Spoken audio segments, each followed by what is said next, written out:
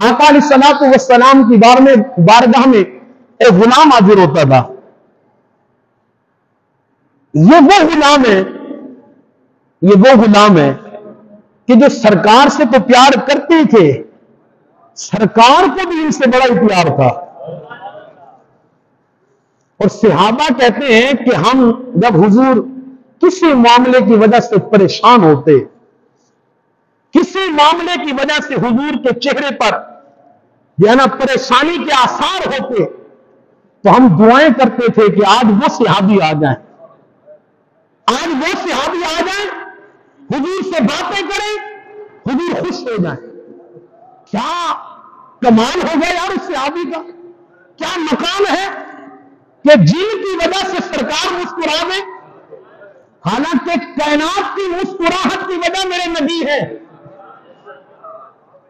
ساری انسانیت مسکرا رہی ہے، اس مسکراہٹ کی وجہ میرے نبی ہے. لیکن میرے سرکار جس صحابی کے آنے پہ مسکرا دے، اس کا کیا مقام ہوگا. اور واقعی اللہ نے جو مقام دیا میں بتاتا ہوں.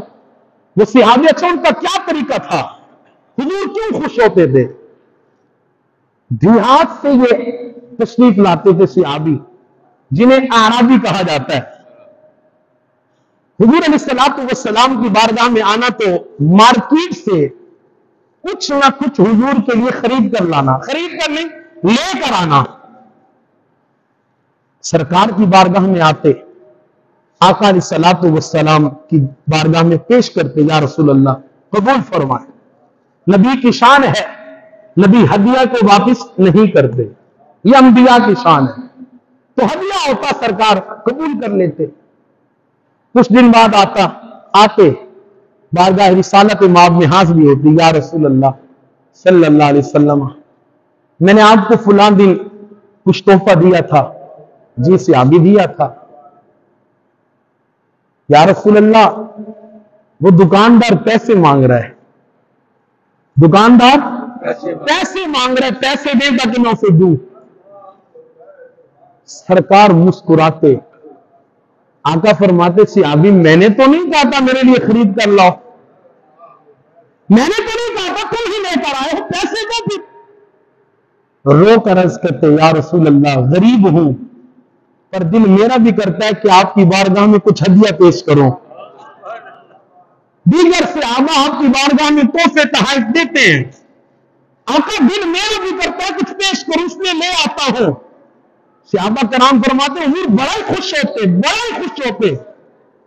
ایک دن ایسا ہوا کہ سرکار دو عالم صلی اللہ علیہ وسلم مدینے کی مارکیٹ میں بازار میں حضور گئے ہوئے تھے، حضور کا گزر ہوا. آقا صلی اللہ علیہ وسلم نے دیکھا کہ وہ صحابی موجود ہیں اور ان کا چہرہ دوسری طرف ہے. آقا صلی اللہ علیہ وسلم ہلکے قدم آہستہ آہستہ اس کے پیچھے جا کے کھڑے ہوئے.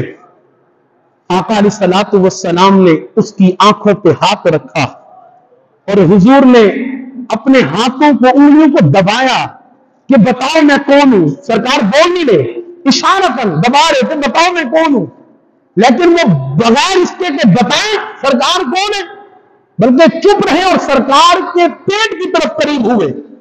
پشت حضور کے سینے سے لگ رہی ہے. سرکار کافی دیر دباتے رہے لیکن وہ بولے نہیں. سرکار نے ہاتھ ہٹایا، سرکار نے کہا صحابی بتاتے نہیں میں کون ہوں.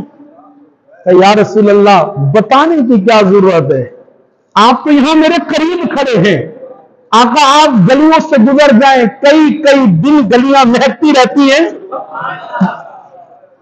کئی دن ان بہاروں میں خوشبوئیں ہوتی ہیں، یہ ہوائیں معطر ہوتی ہیں.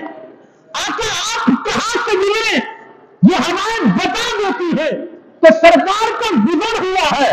سرکار صحابہ کے گھروں سے گزرتے تھے، صحابہ گھروں میں موجود ہوتے تھے، باہر آ جاتے کہ سرکار گزر رہے ہیں، کہ پسینے میں اتنی اللہ نے خوشبو عطا کی تھی.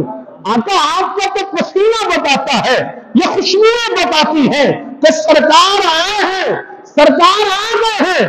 یا رسول اللہ پتہ تو پہلے چل گیا تھا، پھر بتایا نہیں. عرض کی یا رسول اللہ دل چاہ رہا تھا آپ کے جسم سے میرا جسم لگتا رہے، آپ کے جسم سے میرا جسم